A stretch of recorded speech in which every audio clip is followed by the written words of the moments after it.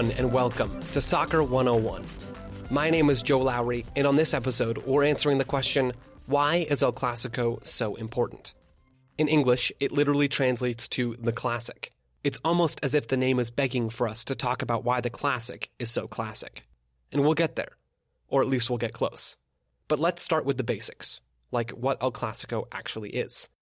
El Clásico is one of the most famous rivalries in all of sports.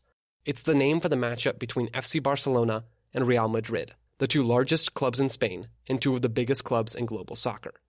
In recent history, these Barcelona-Madrid clashes were defined by two names. I'll go ahead and let you guess. You got it. Cristiano Ronaldo and Lionel Messi. The narrative was easy to craft, like really, really easy. Which all-time great player will lead his mega club to victory over the other all-time great player and the other mega club? It's a pretty convenient storyline to pull out for preview coverage, and I'm guessing a lot of editors from around the country probably let the intern churn out that preview piece. Don't get me wrong, that Messi versus Ronaldo storyline was very justified. Their El Clásicos will go down as some of the most consistently compelling soccer games ever. Messi on one side, either out on the right wing preparing to cut in on his left foot, or standing up top ready to drop into midfield and pull Madrid's center backs with him. And Ronaldo on the other side, on the left wing, itching to drive at Barcelona's right back before chopping the ball over to his right foot, or maybe starting in a more central position, ready to turn an opposing center back and hit a shot on goal. If the images that I've just put in your head of Messi and Ronaldo doing their things on the field weren't enough to prove their combined significance to the Barcelona-Real Madrid rivalry, may I direct your attention to Messi vs Ronaldo.app/stats/L-Clásico, a webpage dedicated to tracking, comparing, and contrasting Messi and Ronaldo's El Clásico statistics. After you're done listening to this podcast, or while you're listening, check it out. The internet is a wonderful place, isn't it? El Clásico is, or was, Messi versus Ronaldo. But it's also so much more. How classic can a classic be if it's completely tied to the legacy of one or two classic players? That's not nearly as good of a tongue twister as how much wood can a woodchuck chuck if a woodchuck could chuck wood, but it suits our purposes a little bit better. El Clásico survived Ronaldo's exit from Madrid to Juventus before the 2018-19 season, and one day it will survive Lionel Messi's exit or retirement from Barcelona. It will survive because Barca and Madrid had been facing each other on the field long before anyone had ever heard of Messi or Ronaldo. Both clubs have storied histories, and I do mean histories. We're not talking a few decades here, no. These teams had been around for more than 100 years. Barcelona was founded in 1899, right before the calendar slipped over to a new century. It all started with Hans Gamper's advertisement in the creatively named newspaper Los Deportes. In that advertisement, Gamper requested that, quote, everyone who likes this sport, referring to soccer, of course, contact him, unquote. People did contact him, and Football Club Barcelona was born soon after. Real Madrid, or rather just Madrid, more on that later, was founded only a few years later.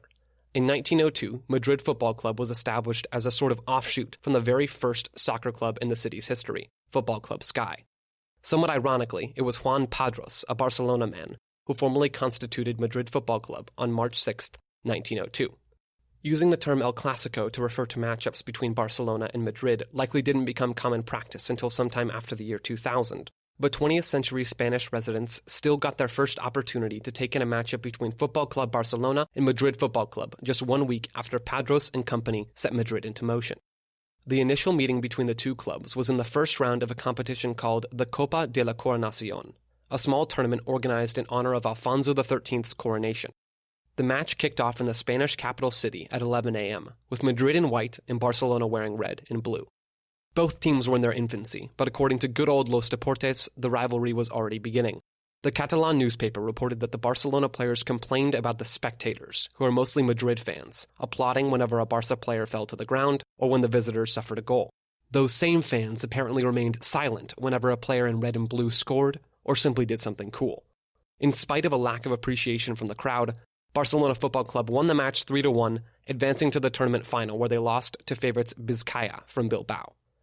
To reiterate, Barcelona and Madrid were babies at this point, and other than the colors on their jerseys, they looked nothing like they do today. Still, the 1902 Copa de la Coronación is significant to the rivalry, not only because it gave us the first El Clásico, but because it reminds us of just how intertwined soccer and politics can be and have been. The tournament was held in the nation's capital. The mayor of Madrid was in attendance, And like I said, the whole reason that the tournament was organized in the first place was to honor the new king of Spain. In so many cases, politics and soccer go hand in hand, and the history of the primary soccer clubs in the two largest Spanish cities and the rivalry between those two clubs is absolutely one of those cases. We'll keep the El Clásico talk going in just a moment, but first, this episode of Soccer 101 is brought to you by ExpressVPN. ExpressVPN would like to remind you that your internet service provider can see all of your browsing history. That time you spent browsing the internet looking for an adult onesie? Yeah, your internet service provider knows about that. If you don't want them to see your onesie searching habits, your solution is ExpressVPN, an app that reroutes and encrypts your internet connection through their secure servers so that your internet service provider can't see those sites you visited. For me, I don't need Jack from my internet service provider seeing just how many times I searched Spanish politics for dummies to prepare for this episode. I prefer it if no one else knew that. You can use ExpressVPN to keep your browsing history under wraps. But there are also plenty of other reasons to use ExpressVPN. It protects 100% of your data with best-in-class encryption, runs seamlessly in the background with no lagging or buffering, and is very easy to use. So go to expressvpn.com/soccer, and you can get an extra 3 months free on a 1-year package. Again, that's expressvpn.com/soccer for 3 months free on a 1-year package. Thank you to ExpressVPN for sponsoring this episode of Soccer 101. Now, back to uncovering the importance of El Clásico. In 1920, 18 years after the Coronation Cup, King Alfonso XIII gave Madrid Football Club royal designation, officially changing the name of the team to Real Madrid. Yes, a bunch of other clubs in the Spanish football pyramid have Real in their name as well, but that should not diminish the significance of Madrid's shift in title. At this point, it gets a little difficult to tie in political analysis with El Clásico without a detailed knowledge of 20th century Spanish history, and you're probably not in the right place for that, to say the least. I mean, there's books and books and books worth of material that's been written on this stuff. But just for you, I'll do my best to hit the El Clásico-related highlights, or maybe lowlights. Things didn't go so well for Alfonso XIII. He left Spain in 1931 and was charged with treason. In the 1930s, political instability was all the rage, and it was no different in Spain. In the mid-1930s, there were several Spanish political parties competing for rights, power, and longevity. You had your liberal Republicans, your monarchists, your Catholic conservatives, your communists, your Basque and Catalan nationalists, and your far-right fascists. In 1936, a combination of left-wing groups referred to as the Progressive Popular Front won the national election.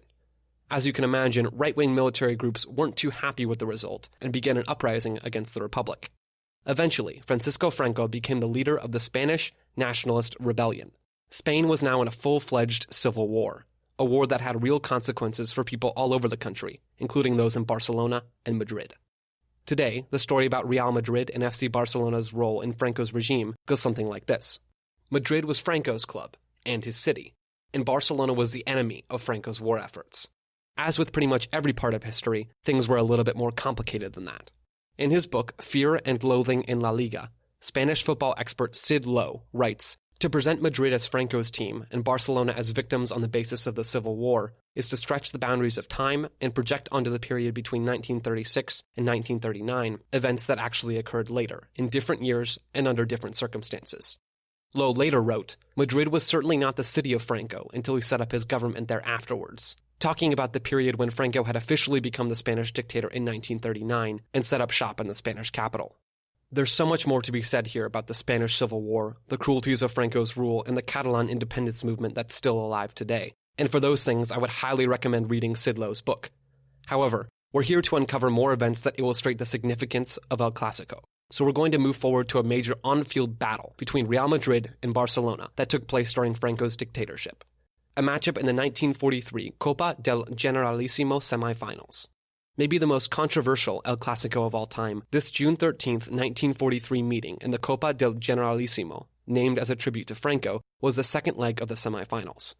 In the first leg, Barcelona had beaten Madrid 3-0 in Catalonia. At this point, La Liga had been established for over a decade, and both clubs were capable of playing some better soccer than they had been in the Copa de la Coronación several decades earlier. But there was more to Barcelona's first leg victory than just soccer. Barcelona fans jeered, whistled, and yelled at the visiting players for large stretches of the match. After the game, it was announced that Barca fans were banned from traveling to Madrid for the second leg. For Madrid, a 3-0 deficit was sizable, but not impossible to come back from. And they did come back. After taking an 8-0 lead at halftime, Real Madrid beat Barcelona by a score of 11-1 in the second leg. If you've ever spent any time watching youth soccer or preseason friendlies, you've probably seen some pretty lopsided scorelines. But 11-1 in a legitimate top-tier professional game? That's crazy. Madrid-based newspaper Marca thought so too, quickly running a front-page headline that read, "An extraordinary Madrid match," with the subtitle, "Barcelona, it is an incomprehensible encounter." But yet again, there was much more to this El Clásico than individual on-field matchups or tactics. As the second leg kicked off, the all-Madrid crowd took a page out of Barcelona's book from the first leg, and then added a whole bunch more pages. The Madrid fans threw verbal insults at the visiting team, and then they threw actual things at them. Rocks, coins, and bottles littered the field. With an assist from their crowd, Madrid dominated the game and advanced to the finals of the cup competition. For Barcelona, their 10-goal defeat has gone down in history. It was the match that shaped their view of Madrid as the dictator's team. There are stories that suggest that Barcelona players were confronted by high-ranking military officials before the match and instructed to throw the game. Though those stories have not been proven, Barcelona historian Joan Barau told Goal in 2017, "It's obvious that in order to score 11 goals, you have to play against a rival that is absent, because it is not something normal at all." Between the items thrown on the field, the verbal abuse, and the potential military pressure, Barcelona and Madrid had become real foes fighting against each other. The rivalry was, and is, steeped in historical and political significance. And don't forget a heavy dose of soccer and some downright ridiculousness. In the 1950s, FC Barcelona and Real Madrid battled for the signature of Argentinian talent Alfredo Di Stefano. Each club claimed that they'd signed him, so Spanish sport authorities ruled that Di Stefano would play for both teams, switching back and forth every season. He'd play for Madrid, then Barca, then Madrid, then Barca, and so on. However, Real Madrid outlasted Barcelona in the whole ordeal, snagged Di Stefano as a Madrid player in 1953, and went right on to win the first 5 editions of the European Champions Cup. Not to be outdone by the absurdity of Di Stefano's transfer, nearly 50 years later, Luis Figo traded sides in the rivalry, moving from FC Barcelona to Real Madrid in 2000. The transfer involved Real Madrid's presidential election, a statement from Figo written partially in the third person, and a pig's head. Yeah, a pig's head. The whole story surrounding the transfer is so insane, and it needs to be its own Soccer 101 episode. In even more recent memory, Pep Guardiola used a 2009 El Clásico as a stage to show off one of the most notable tactical tweaks of all time, playing Lionel Messi as a false 9. It worked, and Barca blew past Madrid 6-2 in that match. Then, at the start of the 2010s, Jose Mourinho came into the picture as the manager of Real Madrid to battle Barcelona's tiki-taka. From Di Stefano and Figo to Guardiola and Mourinho to Messi and Ronaldo, El Clásico has been shaped by some of soccer's true legends. It's been shaped by politics, wars, and national identities, and it's been shaped by time. El Clásico is exactly what it says it is. It's the classic. That wraps up this episode of Soccer 101. Hopefully the importance of El Clásico now makes at least a little more sense, and you have a better idea of why it's such a big deal. I've been Joe Lowery. Thanks for listening, everyone.